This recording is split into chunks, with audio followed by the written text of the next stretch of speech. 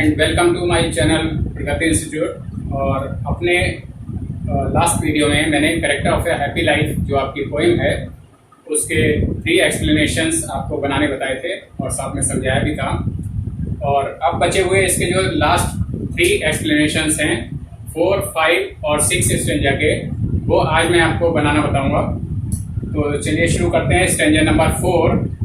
तो स्टूडेंट्स, ये stranger number 4 है आपकी पोएम इस character of a happy life का, और इसको मैं समझा देता हूँ। हु एनवीज नन, जो व्यक्ति यानी ऐसा प्रसन्न व्यक्ति, एनवीज यानी माने ईर्ष्या नहीं करता है, नन माने किसी भी व्यक्ति से, हुम चांस डथ रेज, जो लोग उचित अवसर मिलने की वजह से उनका जो जीवन स्तर है वो ऊंचा उठ गया है या वो अमीर हो गए हैं एक उचित अवसर मिलने की वजह से, हालांकि वो डिजर्व नहीं करते थे इस चीज को, और नॉर वाइस, और ना ही वो ऐसे लोगों के प्रति कोई बुरी भावना रखता है। वो नेवर अंडरस्टूड, और जिसने कभी भी इस बात को नहीं समझ पाया, नहीं जान पाया, how deepest wounds are given with the press, कि कितने अधिक गहरे भाव उसको प्रशंसा करने के माध्यम से दिए गए। यानी जो चापलूस लोग हैं वो उसकी प्रशंसा मुंह पर करते हैं और पीठ पीछे उसको नुकसान पहुंचाते हैं। तो जिसने कभी इस बात को नहीं समझ पाया, ना रूल्स ऑफ स्टेट, और ना उसने ऐसे नियमों को माना, ऑफ स्टेट यानी राज्य के हितकारी नियमों को, ऐसे नियमों को जो कि पब्लिक के भले के लिए नहीं है, पब्लिक के नुकसान के लिए हैं, तो ऐसे नियमों को वो नहीं मानता है। बट रूल्स ऑफ गुड, बल्कि वो केवल अच्छे नियमों को, यानी ऐसे नियमों को जो कि लोगों के भले के लिए है, उनके वेलफेयर के लिए हैं, केवल उन्हीं नियमों को मानता है। तो ये मैंने स्ट्रेंजर नंबर 4 आपको समझा दिया, और अब इसका एक्सप्लेनेशन बनाते हैं। वेल स्टूडेंट्स, ये स्ट्रेंजर नंबर 4 था जिसको मैंने अभी आपको समझा दिया था, और अब इसका एक्सप्लेनेशन समझ लीजिए। स्ट्रेंजर नंबर 4 हमारा हु एनवीज नन से लेकर गुड तक है, और रेफरेंस इसका these lines have been taken from the poem character of a happy life composed by Sir Henry Wotton। Reference वैसा ही रहेगा कि ये लाइनें हमारी जो पोएम है character of a happy life उससे ये लाइनें ली गई हैं, और ये पोएम कंपोज की गई है सर हेनरी वॉटन के द्वारा। कॉन्टेक्स्ट यानी इस स्ट्रेंजा में क्या बताया गया है तो उसको देख लेते हैं। इन दीज लाइन्स, इन लाइनों में the poet defines the life of a man, कवि उस व्यक्ति का जीवन डिफाइन करता है या बताता है हु इज रियली हैप्पी, जो कि वास्तविक रूप से खुश है। अब एक्सप्लेनेशन देखते हैं। द पोएट टेल्स या द पोएट सेज, कवि कहता है that a happy man is a man of pure heart, कि एक जो प्रसन्न व्यक्ति होता है वो वास्तव में एक प्योर हार्ट यानी बहुत ही अच्छे हृदय वाला व्यक्ति होता है। He is free from the evils like envy and jealousy, वो फ्री होता है यानी उसके अंदर from the evils, उसके अंदर वो बुराइयां नहीं होती हैं। कौन कौन सी बुराइयां नहीं होती हैं? जैसे कि like envy यानी किसी से ईर्ष्या करना, किसी की उन्नति, किसी को का अच्छा देखकर उससे ईर्ष्या करना, तो ये बुराई उसके अंदर नहीं होती है। एंड जेलसी, और जेलसी का भी वही मीनिंग है, किसी से ईर्ष्या करना। तो ऐसा व्यक्ति किसी भी दूसरे व्यक्ति से ईर्ष्या नहीं करता है। देयर आर पर्सन्स, कुछ ऐसे लोग भी होते हैं who do not work hard, यानी कि जो लोग कठिन परिश्रम तो नहीं करते हैं, और डू नॉट डिजर्व, अथवा वो उस उन्नति, उस प्रोग्रेस को पाने के लायक भी नहीं होते हैं। They only rise in life by chance, way life में उन्नति कर जाते हैं केवल एक उचित अवसर मिल जाने की वजह से। ऑन द अदर हैंड, अगर दूसरी तरह से देखा जाए तो देयर आर पर्सन्स, कुछ ऐसे लोग होते हैं who achieve greatness in life, जो कि अपनी लाइफ में ग्रेटनेस यानी महानता या उच्च स्तर प्राप्त करते हैं। कैसे? By unfair and wicked means, unfair यानी कुछ अनुचित रास्तों के द्वारा, खराब रास्तों के द्वारा, एंड विग्ड, और विग्ड का मतलब भी वही है कि खराब मीन्स यानी साधनों या ऐसे खराब रास्तों के द्वारा वो अपने जीवन में उन्नति कर जाते हैं। अ happy man is not jealous of anyone, लेकिन एक प्रसन्न व्यक्ति जो होता है वो किसी भी व्यक्ति से ईर्ष्या नहीं करता है। सम पर्सन्स आर वेरी वीक, कुछ लोग वास्तव में बहुत अधिक खराब होते हैं, और दे प्रेज अस इन अवर प्रेजेंस, वे हमारी उपस्थिति में यानी जब हमारे सामने होते हैं तो वे हमारी प्रशंसा करते हैं, प्रेज करते हैं। But step in the back, लेकिन स्टेप कहते हैं नुकसान पहुंचाना, लेकिन पीठ पीछे हम लोगों को नुकसान पहुंचाते हैं। तो the happy man is open hearted, एक प्रसन्न व्यक्ति जो होता है वो खुले हृदय वाला व्यक्ति होता है। And plain in his dealings, और अपने जो उसकी डीलिंग्स हैं, जो व्यवहार हैं दूसरों के प्रति, उसमें वो प्लेन यानी बहुत ही साधारण, बहुत ही सिंपल होता है। ही अंडरस्टैंड्स, वो समझता है that false praise is harmful, कि उसको अच्छी तरह से पता होता है कि फॉल्स प्रेज यानी झूठी प्रशंसा हार्मफुल यानी नुकसानदायक होती है। He does not care for the rules of government, वो सरकारी नियमों को नहीं मानता है। सरकारी नियमों को, कौन से नियमों को नहीं मानता है? जिन नियमों से सामान्य लोगों का भला ना होता हो, वे उन लोगों के लिए अहितकारी हो ये नियम, तो ऐसे नियमों को ऐसा प्रसन्न व्यक्ति नहीं मानता है। He follows the rules of goodness and kindness, वो उन नियमों को केवल मानता है, उन नियमों का अनुसरण करता है जो गुडनेस यानी अच्छे हों, एंड काइंडनेस और दयालुता से भरे हुए हों, दूसरों का भला करने वाले हों। तो स्टूडेंट्स, ये स्टैंजा नंबर 4 का रेफरेंस, कॉन्टेक्स्ट और एक्सप्लेनेशन मैंने आपको लिख के दिखाया और आपको समझा भी दिया। Now we come to the stanza number 5। Stanza number 5 को हम लोग बनाते हैं। वेल स्टूडेंट्स, ये स्टैंजा नंबर 5 है आपकी poem character of a happy life का, और इसको मैं पहले समझा देता हूँ, फिर इसका एक्सप्लेनेशन आपको बता दूंगा। और वो, तो इसको शुरू करते हैं। Who God doth late and early pray, जो व्यक्ति गॉड यानी ईश्वर की, डथ DOTH ये पोएट्री में वर्ड यूज होता है, एक्चुअली ये DOES होता है, डथ। तो जो व्यक्ति भगवान की doth late and early pray, late यानी शाम को, एंड अर्ली यानी सुबह, प्रे यानी प्रार्थना करता है, ईश्वर की प्रार्थना करता है। और किस वजह से प्रार्थना करता है? मोर ऑफ हिज ग्रेस, उसका आशीर्वाद पाने के लिए, कि ईश्वर उसको अच्छी बुद्धि प्रदान करे, उसको सही रास्ते पर ले जाए।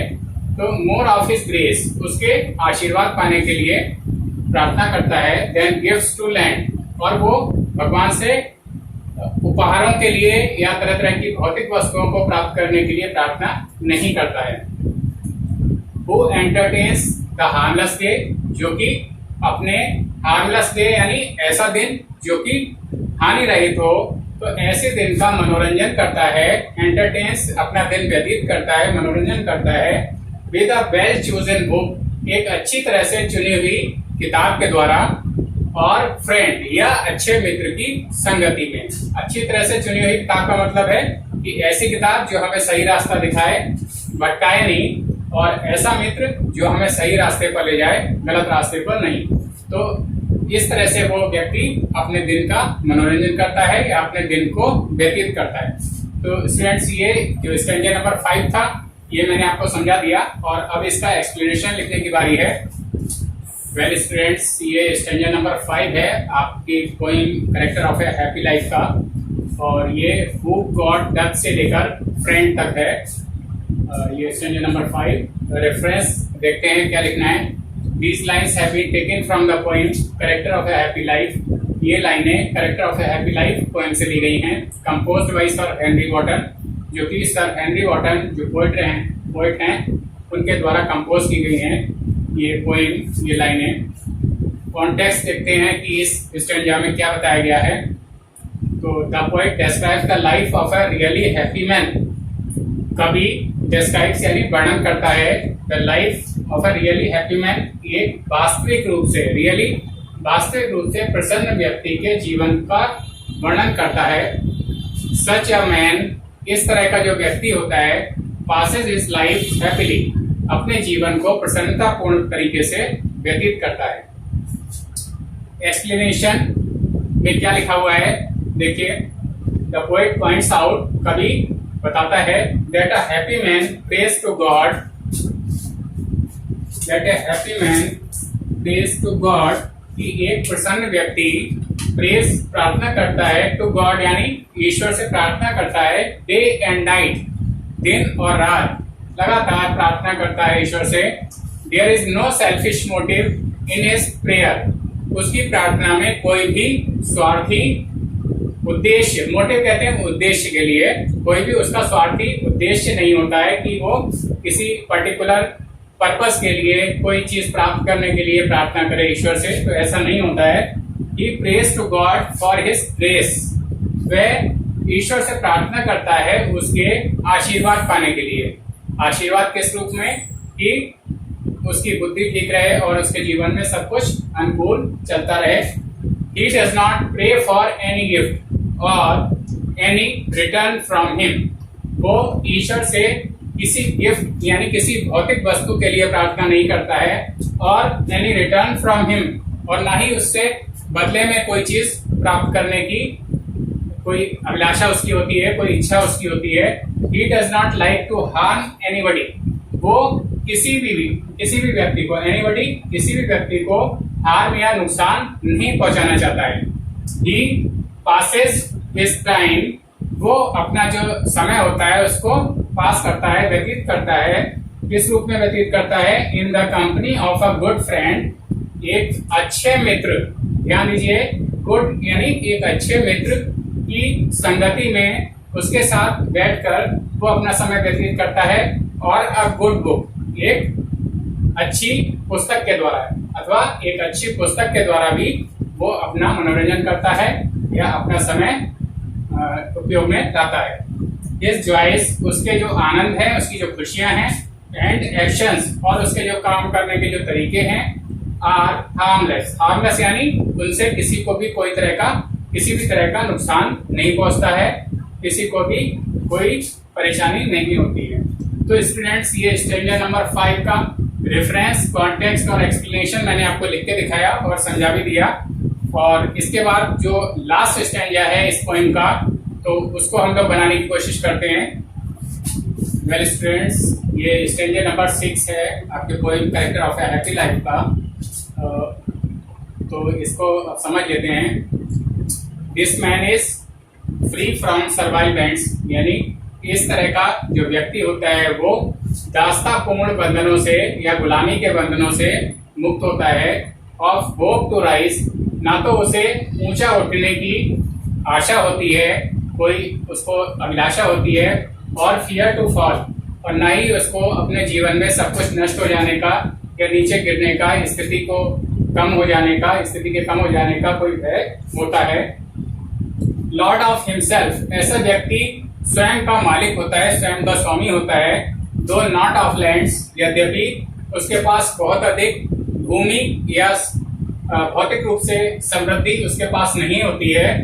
एंड हैविंग नथिंग, और कुछ भी अपने पास ना होते हुए, ही हैथ ऑल, वो अपने पास सब कुछ रखता है, उसके पास सब कुछ होता है।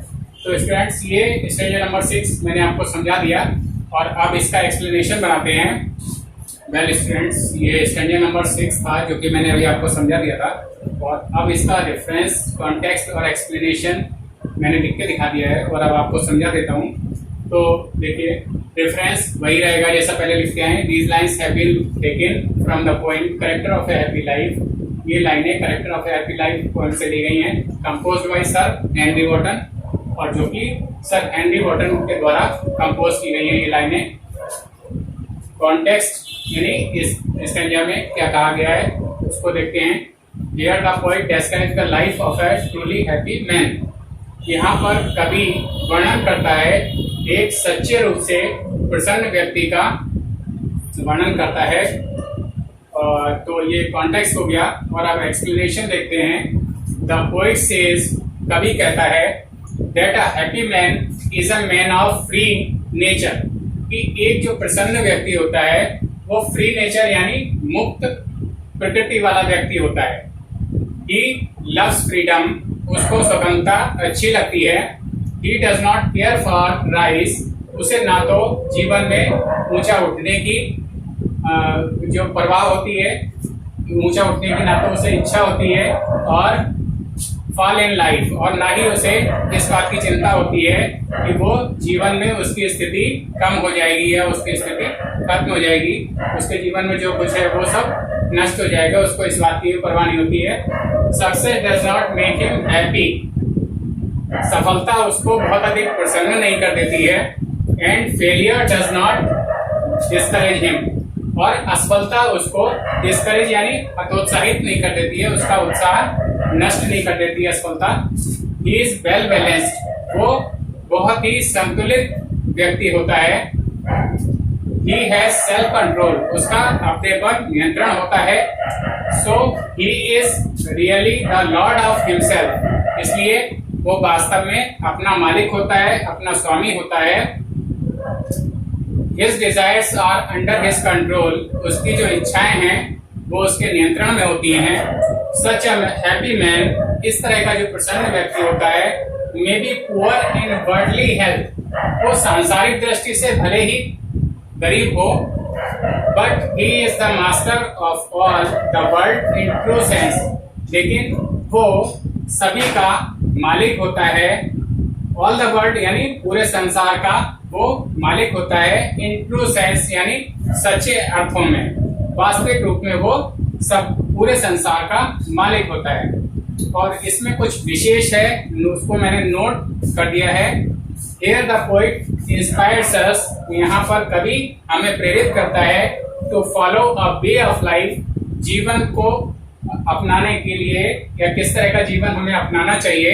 मार्क्ड बाई ट्रू फ्रीडम, कि हमारा जीवन ऐसा होना चाहिए जो सच्चे रूप से स्वतंत्रता से भरा हुआ हो। और दूसरा इसमें एक फिगर ऑफ स्पीच यूज हुआ है इन द लाइन, जो एक लाइन है इस स्टैंजा में, and having nothing he hath all, कि कुछ ना होते हुए भी उसके पास सब कुछ होता है। तो ये जो फिगर ऑफ स्पीच है वो ऑक्सीमोरन है, और ऑक्सीमोरन जो फिगर ऑफ स्पीच होता है उसमें दो विपरीत गुणों का या दो विपरीत चीजों का समावेश होता है। तो ये फिगर ऑफ स्पीच ऑक्सीमोरन वाला इस लाइन में यूज हुआ है। तो ये जो 6 स्टैंजास थे आपकी poem character of a happy life के, वो सारे स्टैंजास मेरे जो है ये मैंने आपको बना के दिखा दिए हैं। 3 स्टैंजास मेरे लास्ट वीडियो में हैं, और उससे पहले के 2 वीडियोस में मैंने पोएम ये वाली एक्सप्लेन की हुई है बहुत अच्छे से। तो अब इन सारी एक्सप्लेनेशंस को आप जो है इसको बार बार रिपीट करके देख लें, और इसमें अगर कोई चीज़ नहीं समझ में आती है तो मुझसे कमेंट बॉक्स में लिखकर नीचे पूछ सकते हैं, अथवा इंस्टाग्राम पे भी फॉलो कर सकते हैं। अभी तक अगर किसी स्टूडेंट ने मेरा चैनल को सब्सक्राइब नहीं किया है तो उसको सब्सक्राइब कर लें, और इन वीडियोस को अपने फ्रेंड्स और क्लासमेट्स के साथ शेयर भी करें, जिससे उनको भी इसका कुछ लाभ प्राप्त हो। तो इस वीडियो को मैं यहीं पर एंड करता हूँ। Thank you.